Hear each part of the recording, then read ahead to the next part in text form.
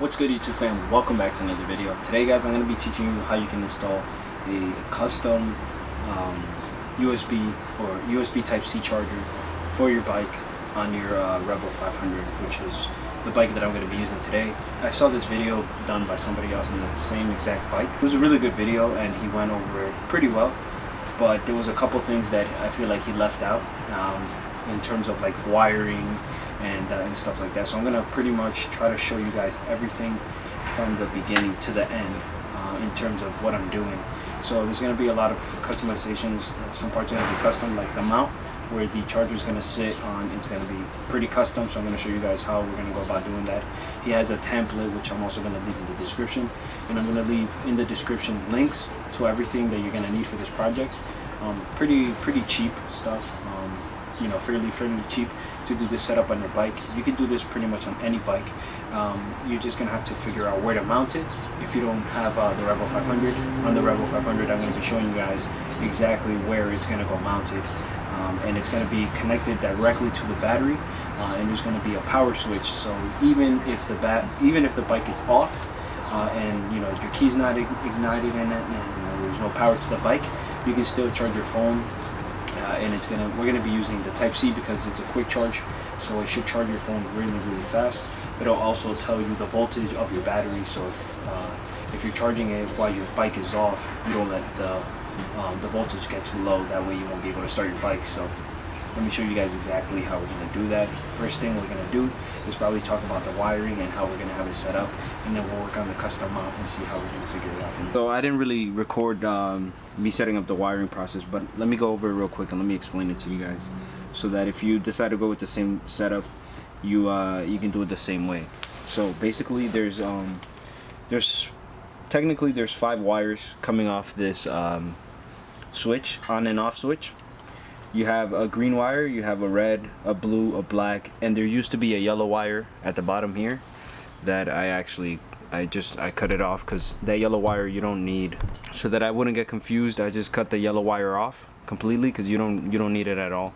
So the way you're gonna have this wired is in order to keep this light off and only on when you push it in, because otherwise there's another way you can wire it. Well, the light will always stay on, but that'll drain your battery. If you plug it into your battery source directly, it'll drain your battery. So the way you need to have it wired is that it would only power on once you press it on, like you see now. So this is the on position, and you can see that the LED light is on. You see that it's giving a voltage from the battery. So let's go over how it should be wired. So the green wire is going to be your power wire. It's going to be the wire that gets connected to the positive side of the battery. So as you can see, it's connected to a red wire that is then connected down here to the positive side of the battery. As you can see here, don't get confused by all the wires. I'm explaining all the colors one by one. So green gets connected to the power, the positive side on the power, meaning your battery. Now the black is going to be the negative, but the negative has to be connected to the negative of the actual load, which is going to be the actual connector. So you need 2 wires running from the black, right? So you have your black wire connected directly in here. As you can see, there's 2 wires coming off of this connection right here. So as you can see, this is the load, this is where you connect the charger. There's 2 wires coming off of it. The reason for that is you need 1 negative wire, the black wire that's coming from the power on and off switch. So you need that black wire to connect to the negative here, and then from here you need the negative to connect to the battery source. So there's a negative connected to the battery, it connects to your load, which is where you plug in your phone, and then from there you also need another connection connected to the on and off switch. Okay, so black goes like this. Follow the route starting from the switch, on and off switch, black to the cable connector, from the cable connector to the power supply, which is your battery. Now the last 2 wires are red and blue. Both of those need to be connected to the load itself. So as you can see, the positive side of the load is connected to the on and off switch.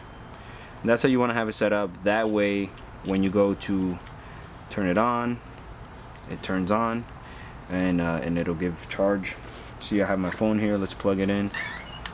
Plug it in. And there you go. Now the next step is going to be making the custom mount for both of these. They're going to probably sit right next to each other like this.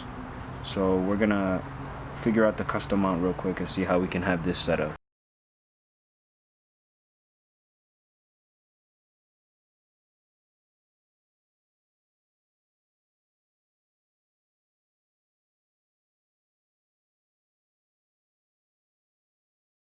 Alright guys, so I know different lighting, it's a different day, so actually it's a couple days since we started this install, so it was already on the bike and everything like that. It was fitted, it was wired up, it was working, my phone was plugged in all the time, it was charging, it was really good, but I wasn't satisfied with the way it was sitting.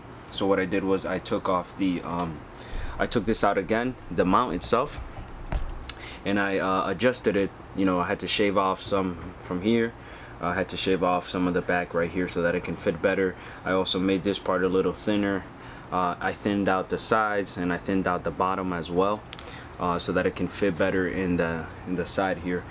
Judging, I think his bike is a little bit older, so the way he had his setup was a little bit different, so it kind of threw me off a little bit. But I'm going to show you guys how I'm going to mount it right now. The wires are still all wired up there. I just unplugged it from the back here, as you can see. It should be easy to just plug it back in and put it back on the bike, zip tie it here as well, and probably make a little hole down here like he did, and find somewhere else where I can zip tie through this little hole that I'm going to make right here.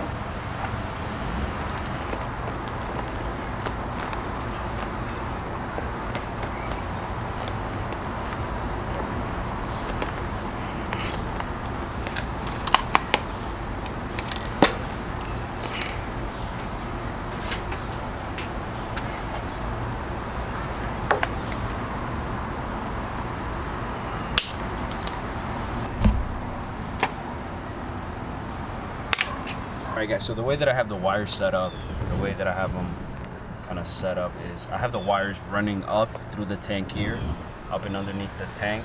You can kind of see it here.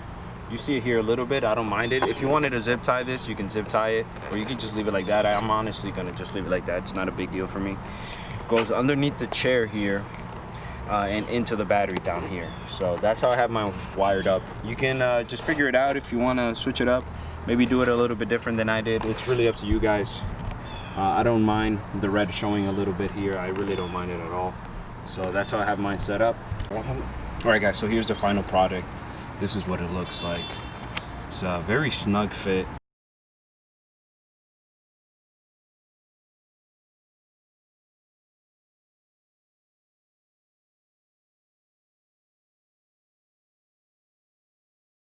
But that's going to be it for this video. As always, I'll catch you guys in the next video. Remember to savage responsibly in whatever you do. I'll see you in the next one. Peace.